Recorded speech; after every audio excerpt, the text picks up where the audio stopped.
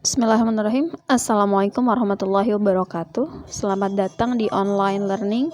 Selama 2 pekan ke depan ini kita akan melaksanakan pembelajaran dengan menggunakan media YouTube. Jadi pertemuan tatap muka diganti dengan pembelajaran online.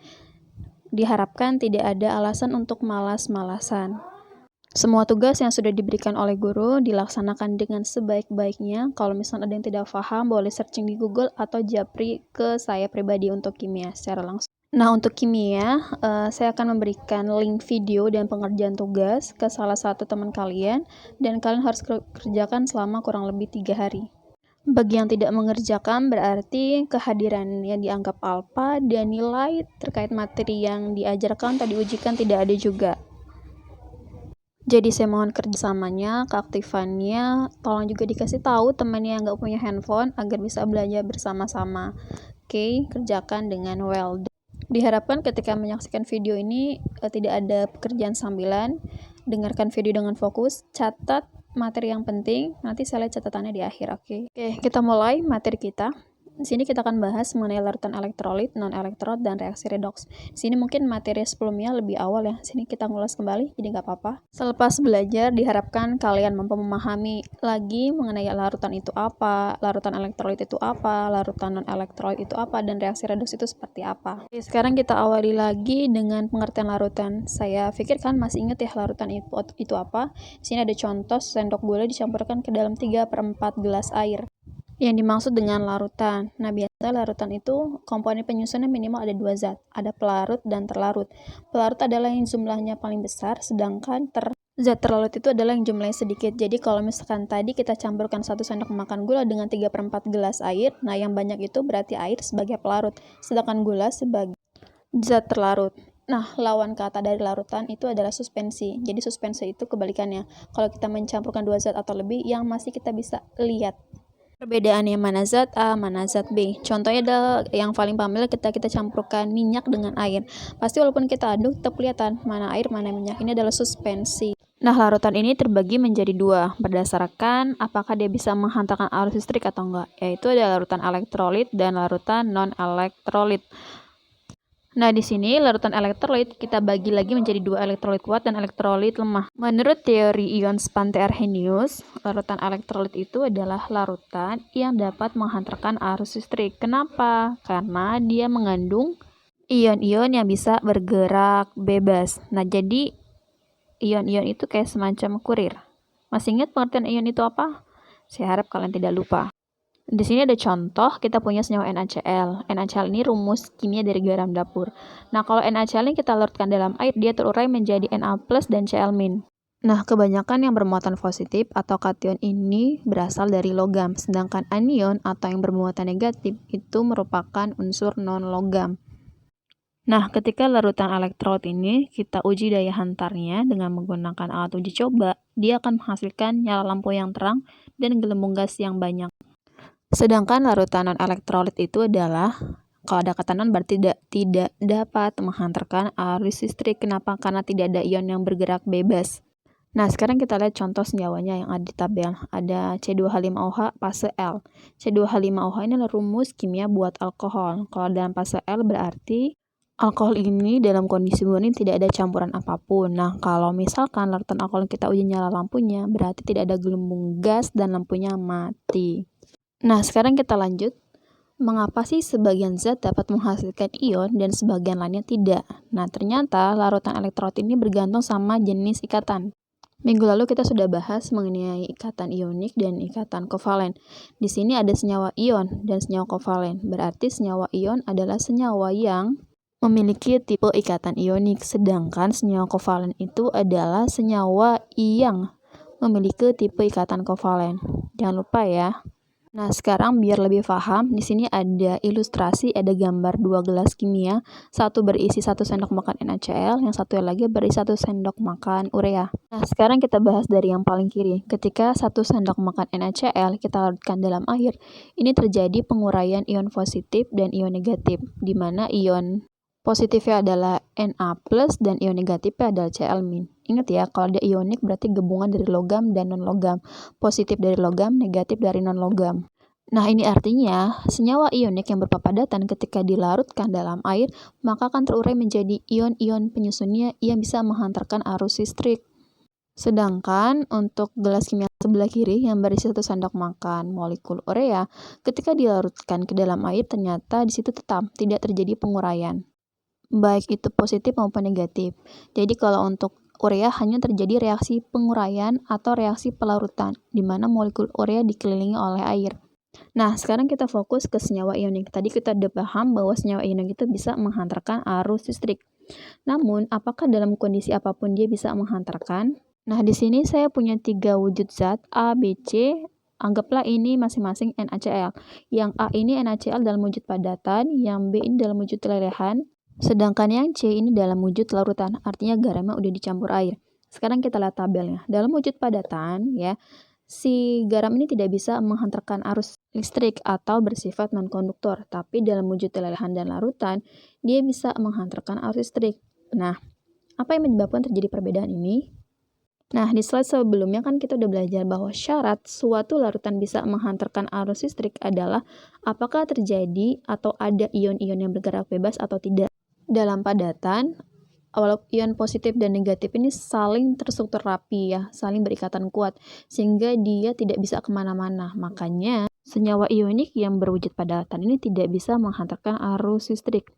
Namun kalau dalam wujud lelehan, berarti si garam ini sudah mendapat kalor atau panas. Adanya kalor atau panas ini menyebabkan ada beberapa ion-ion yang lepas dari struktur awal, sehingga mereka bisa menghantarkan arus listrik. Nah, yang paling jelas kelihatan adalah yang C. Adanya air sebagai molekul pelarut memisahkan antara ion positif dan negatif. Masing-masing ion tersebut, baik positif dan negatif, itu dikelilingi oleh air, sehingga interaksi sama ion positif dan negatif ini berjauhan. Karena ion-ionnya ini saling berjauhan, maka dengan mudah ion-ion ini bisa menghantarkan arus listrik, sehingga dalam wujud larutan dia bersifat konduktor. Nah, sekarang kita ke senyawa kovalen. Senyawa kovalen itu terbagi menjadi 2 berdasarkan kemampuan daya hantar ya. Ada kovalen polar dan senyawa kovalen non-polar. Senyawa kovalen polar itu senyawa kovalen yang masih terjadi perbedaan gaya tarik-menarik. Ini biasanya karena ada unsur-unsur yang berbeda jenis. Contohnya di sini ada senyawa HCl dan juga ada senyawa CH3COH atau asam cuka. Nah, biasanya untuk mengetahui dia polar atau nggak polar, kita bisa dari struktur Lewisnya. Kalau senyawanya cuma tersusun atas 2 unsur, kalau unsurnya berbeda, berarti otomatis dia kovalen polar. Contohnya HCl, HBr, HI. Tapi kalau misalkan senyawanya lebih dari 2 atom atau 2 unsur, kalian bisa lihat di struktur Lewisnya. Apakah di atom pusat ada pasangan elektron bebas atau enggak? Biasanya. Kalau di sekitar atom pusatnya itu ada pasangan elektron bebas, dia bersifat menghantarkan arus listrik. Kenapa? Karena adanya PeB menyebabkan terjadi perbedaan muatan. Nah, di sini CH4 termasuk kategori kovalen nonpolar. Kenapa? Kalau misalnya kalian gambarkan struktur Lewisnya, CH4 itu C di tengah, H mengapit C. Dan di sekitar atom pusat atau CC ini tidak ada PeB, sehingga gaya tarik menariknya ini sama antara karbon dengan H yang satu dengan karbon dengan H yang lainnya. Di sini di tabel bisa kalian lihat kalau dia kovalen polar hanya bisa menghantarkan arus listrik dalam wujud larutan. Biasanya cirinya dia gelembung gasnya sedikit dan lampunya teredup. Sedangkan untuk kovalen nonpolar dalam wujud apapun baik padatan, lelehan, larutan, dia tidak bisa menghantarkan arus listrik. Kenapa? Karena sifatnya juga berbeda dengan si air. Sehingga kalau kita uji senyawa kovalen nonpolar kayak misalkan CH4 dan glukosa dengan uji daya hantar listrik, maka dia lampunya tuh mati dan tidak ada gelembung gas sama sekali. Nah, ini adalah gambar alat uji daya hantar listrik yang sempat waktu itu kita mau coba tapi gagal gara-gara lampunya pada rusak semua. Kalau kita mau uji daya hantar, kita perlu lampu, baterai, elektroda, itu yang kemarin kita pakai jarum. Nanti gelembung gasnya akan ada sekitar sini, terus ada kemudian tembaga dan wadah. Ini adalah tabel mengenai contoh dari beberapa larutan elektrolit baik yang kuat, lemah maupun non-elektrolit. Nah, tadi kita udah simpulkan, kebanyakan elektrolit kuat adalah senyawa yang memiliki tipe ikatan ionik. Sedangkan kalau elektrolit lemah berarti senyawa yang memiliki tipe ikatan kovalen polar. Kalau non-elektrolit berarti dia memiliki tipe senyawa kovalen nonpolar. Nah, sekarang kalau dari segi ciri kita simpulkan lagi, kalau elektrolit kuat berarti cirinya dia lampunya terang dan gelembung gasnya banyak. Sedangkan kalau elektrolit lemah, biasanya dia cirinya lampunya redup atau mati, tapi dia masih ada sedikit gelembung gas di sekitar elektroda. Namun, kalau larutan non-elektrolit, dia tidak ada gelembung gas sama sekali dan lampunya itu mati. Nah, sekarang kita ganti pembahasan, tapi masih dalam satu pokok pembahasan, yaitu reaksi redoks. Reaksi redoks ini gabungan dari reaksi reduksi dan reaksi oksidasi. Namun, sebelum berkenalan lebih lanjut mengenai reaksi reduksi itu apa, reaksi oksidasi apa, kita akan berkenalan mengenai prinsip dari bilangan oksidasi. Bilangan oksidasi atau yang nanti yang akan kita lebih sering dengar adalah biloks, itu adalah bilangan yang menyatakan muatan yang dimiliki oleh suatu atom dalam senyawa. Nilainya itu bisa ada yang negatif, positif, atau bahkan nol. Nanti bagaimana cara menentukannya? Nanti ada prinsip-prinsip yang harus kalian pahami mengenai penentuan biloks. Aturan yang pertama mengenai prinsip biloks adalah bilangan oksidasi unsur bebas adalah nol. Ingat ya, yang dimaksud unsur bebas berarti hanya tersusun satu jenis unsur tanpa memperhatikan berapapun jumlah atomnya. Di sini contohnya ada Fe, H2, S8. Kalau Fe udah jelas karena cuma satu unsur biloksnya 0. Begitu juga dengan H2 dan S8 ya. Karena masing-masing hanya tersusun satu jenis unsur, maka biloksnya 0. Kenapa? Kok bisa kayak gitu? Jadi untuk biloks ini prinsipnya adalah apakah terjadi perbedaan gaya tarik menarik? Kalau unsurnya cuma satu jenis, bagaimana terjadi perbedaan gaya tarik menarik? Ibaratnya kalau ada dua orang yang punya gaya yang sama, katakanlah orang kembar, terus kita suruh tarik tambang, maka otomatis tidak akan terjadi pergeseran talinya, sehingga biloksnya jadi 0. Aturan yang nomor 2 adalah biloks atom logam dalam senyawa selalu positif. Kenapa? Karena logam itu lebih menyukai untuk menyerahkan elektronnya, sehingga bermuatan positif. Contoh, misalnya saya punya senyawa LiCl. Berarti si Li ini punya biloks plus 1. Kenapa? Karena Li merupakan logam yang terletak di golongan 1A. Ingat, golongan 1A itu kan bisa dilihat dari elektron valensinya. Dan biloks itu berkesesuaian dengan letak golongannya. Kalau dia golongan 2A, berarti biloksnya plus 2. Contoh, saya punya senyawa BeCl2, maka si Be ini biloksnya plus. Nah, yang bisa ditentukan secara pasti itu biasanya hanya logam yang ada di golongan A, yaitu golongan 1A, 2A, 3A. Kalau dia logam golongan 3, maka biloksnya plus 3. Adapun kalau misalkan nanti logamnya adalah logam golongan transisi atau blok B, kita tidak bisa menentukan secara pasti. Kenapa? Karena biloks golongan transisi itu lebih dari satu biasa. Nah, sekarang kita bahas ke aturan yang ketiga. Biloks suatu unsur dalam ion tunggal sama dengan muatannya. Maksudnya apa? Maksudnya adalah kalau kita punya suatu unsur terus ada pangkat di atasnya, maka itu menunjukkan ion. Dan muatannya sama dengan pangkatnya. Contoh Fe2+, berarti muatannya plus 2. Kalau Na+, sama dengan plus 1. Kenapa? Karena kan situ nggak ada angkanya. Kalau tidak ada angkanya berarti nilainya 1. Sedangkan S2- muatannya minus 2. Aturan nomor 4 adalah bilangan oksidasi H dalam senyawa adalah plus 1.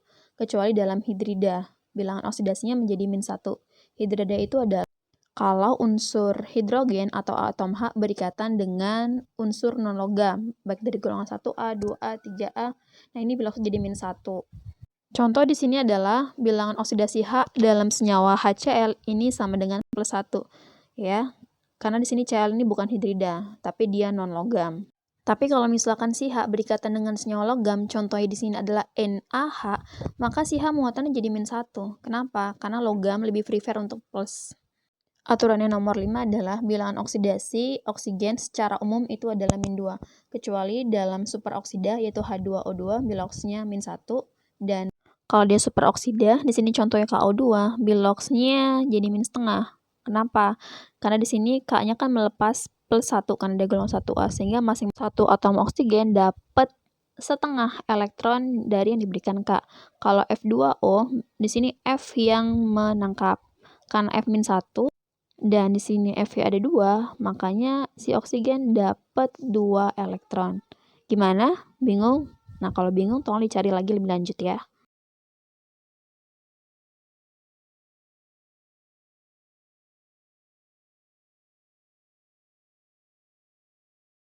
Maksudnya adalah total keseluruhan biloks senyawa netral, yaitu senyawa yang nggak punya pangkat, maka sama dengan 0. Contoh itu H3PO4. H3PO4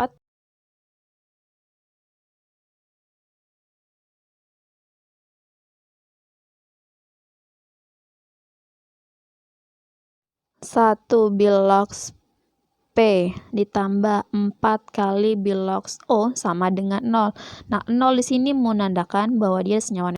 Nah, prinsip terakhir yang kita bahas di minggu ini adalah bilox unsur golongan 7A dalam senyawa biner logam adalah -1. Maksudnya gimana? Maksud kalau ada unsur golongan 7A yaitu FCl BRI berikatan dengan logam baik golongan 1A sampai 3, maka biloxnya sama dengan -1. Contoh di sini adalah saya punya senyawa CaCl2, Ca logam, Cl non logam golongan 7A. Sehingga satu atom Cl biloxnya sama dengan -1. Terus ada HF juga. H ini masuk ke golongan 1A. Sehingga si F ini memiliki -1. NaCl, Na-nya logam golongan 1 sehingga biloxnya -1. Oke, kita sudah sampai di penghujung slide. Terima kasih atas kerjasamanya. Ibu harap karena video tidak terlalu lama ya, tolong diperhatikan dengan baik karena masih banyak kekurangan dalam penjelasan saya. Saya harap kalian tidak puas sampai di sini. Silakan digali lebih lanjut, tanya ke temannya, diskusi ataupun searching Google. Jangan lupa tugasnya.